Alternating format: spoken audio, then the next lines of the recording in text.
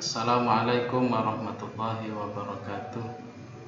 Anak-anakku yang tercinta, pada pertemuan terdahulu kita telah belajar tentang pengertian gerak, macam-macam gerak, dan beberapa besaran terkait dengan gerak benda seperti jarak, perpindahan, dan kecepatan. Pada pertemuan kali ini kita akan belajar tentang besaran yang lain, yaitu percepatan. Apa itu percepatan? Perhatikan ilustrasi berikut. Sebuah mobil yang berhenti, kemudian dia mulai bergerak dengan cara digas ya. Tentunya semakin lama mobil ini akan semakin cepat. Untuk selang waktu yang sama, mobil ini menempuh jarak yang semakin jauh. Ini menunjukkan bahwa mobil ini semakin lama semakin cepat. Karena kecepatannya berubah, maka dikatakan mobil ini mengalami percepatan. Jika percepatan didefinisikan sebagai A,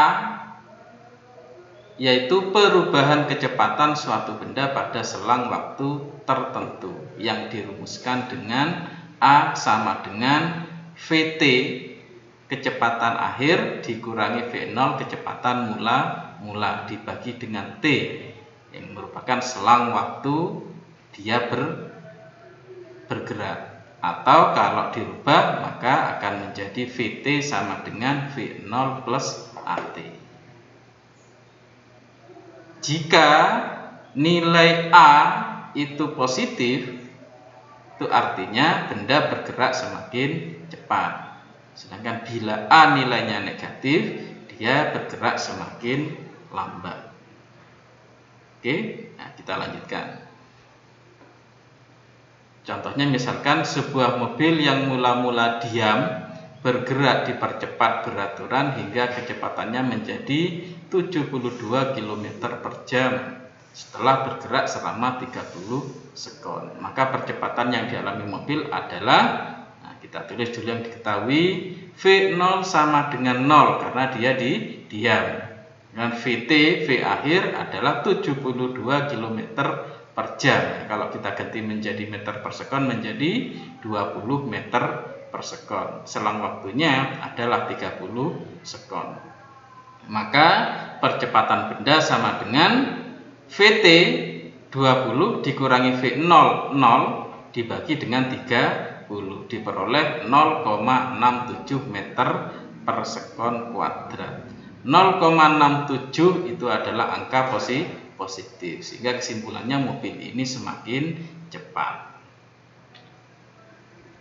Berikutnya adalah gerak lurus. Pada pertemuan terdahulu kita telah membahas macam-macam gerak, salah satunya adalah gerak lurus atau gerak benda pada lintasan yang lurus. Untuk gerak melingkar, gerak parabola, itu akan kalian pelajari di jenjang yang lebih tinggi. Gerak lurus ini dibedakan menjadi dua. Yang pertama dikenal dengan istilah gerak lurus beraturan, disingkat dengan GLB. Pengertiannya adalah GLB adalah gerak benda pada lintasan lurus di mana kecepatan benda tidak berubah alias tetap. Di mana V1 sama dengan V2. Karena kecepatan tidak berubah, maka A sama dengan 0 alias tidak ada perubahan kecepatan. Contohnya misalkan gerak kereta api yang berada pada rel yang lurus, itu adalah gerak GLB karena waktu itu kecepatannya tidak berubah. Atau gerak kapal laut di tengah laut, itu juga merupakan gerak GLB. Pesawat udara yang telah terbang di angkasa, itu adalah GLB. Yang kedua adalah gerak lurus berubah beraturan, disingkat GLBB. Pengertiannya adalah gerak benda pada lintasan lurus di mana kecepatan benda berubah secara teratur. Pada GLBB ini V1 tidak sama dengan V2, bisa lebih kecil, bisa lebih besar, sehingga A atau percepatan itu tidak sama dengan 0, bisa positif, bisa negatif. Nah, jika nilai percepatan A itu positif, maka artinya gerak tersebut disebut GLBB dipercepat. Gerakannya semakin cepat. Dan jika percepatan A itu nilainya negatif, artinya gerakan benda semakin lama semakin lambat, dikenal dengan istilah GLBB diperlambat. Contohnya misalkan kalau gerak dipercepat itu mobil digas. Mobil digas itu gerakannya semakin lama semakin cepat. Kalau mobil direm itu semakin lama semakin lambat. Itu contoh GLBB diperlambat. Contoh yang lain misalkan bola jatuh dari ketinggian tertentu atau buah kelapa jatuh dari pohonnya. Itu adalah gerak benda dipercepat karena semakin lama semakin cepat. Kalau bola dilempar ke atas, semakin lama semakin lambat. Oke, itu adalah contoh-contoh dari GLBB dipercepat maupun diperlambat. Kalau kita buat grafik antara kecepatan V dengan waktu, maka grafik GLBB dan GLB itu ada ciri-cirinya. Yang pertama untuk yang GLB, karena kecepatannya tidak berubah, maka grafiknya akan membentuk garis lurus mendatar. Jadi kalau ada garis lurus mendatar, itu artinya gerak benda itu merupakan gerak GLB. Dan apabila dia miring, maka dapat dipastikan bahwa gerakan benda adalah gerak GLBB.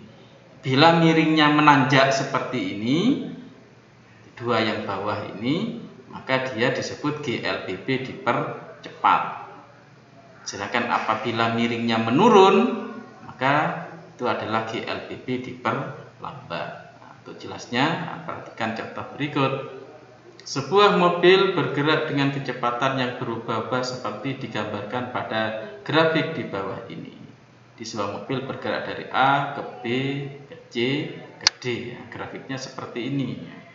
Dari penjelasan terdahulu kita dapat menyimpulkan bahwa gerakan dari A ke B itu karena menanjak maka percepatannya bernilai positif, sehingga kesimpulannya adalah pada lintasan A ke B merupakan gerak GLBB dipercepat.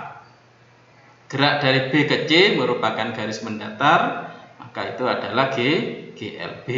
Sedangkan dari C ke D itu merupakan garis menurun, sehingga percepatannya bernilai negatif. Artinya itu gerakan dari C ke D merupakan gerak GLBB diperlambat. Bisa dipahami ya?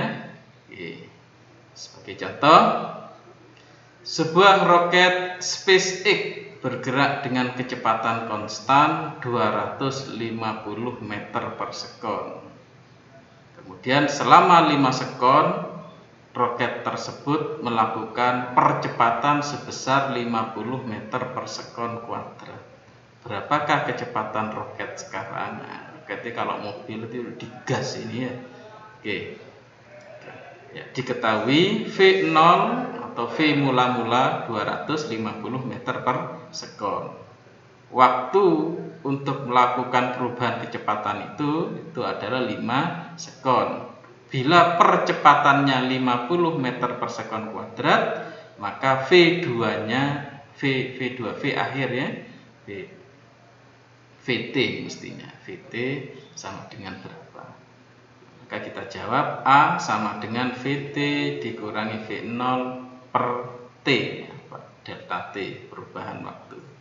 Kita masukkan angkanya, A-nya 50, VT-nya ditanyakan, V0 250, T 5. Kalau kita operasikan 5 naik ke sini menjadi 50 kali 5 menjadi 250, sama dengan VT dikurangi 250. Maka VT-nya kita pindah, ini juga kita pindah. Maka sama dengan VT sama dengan 250 ditambah 250. Ini ya, matematika kelas 7 ini.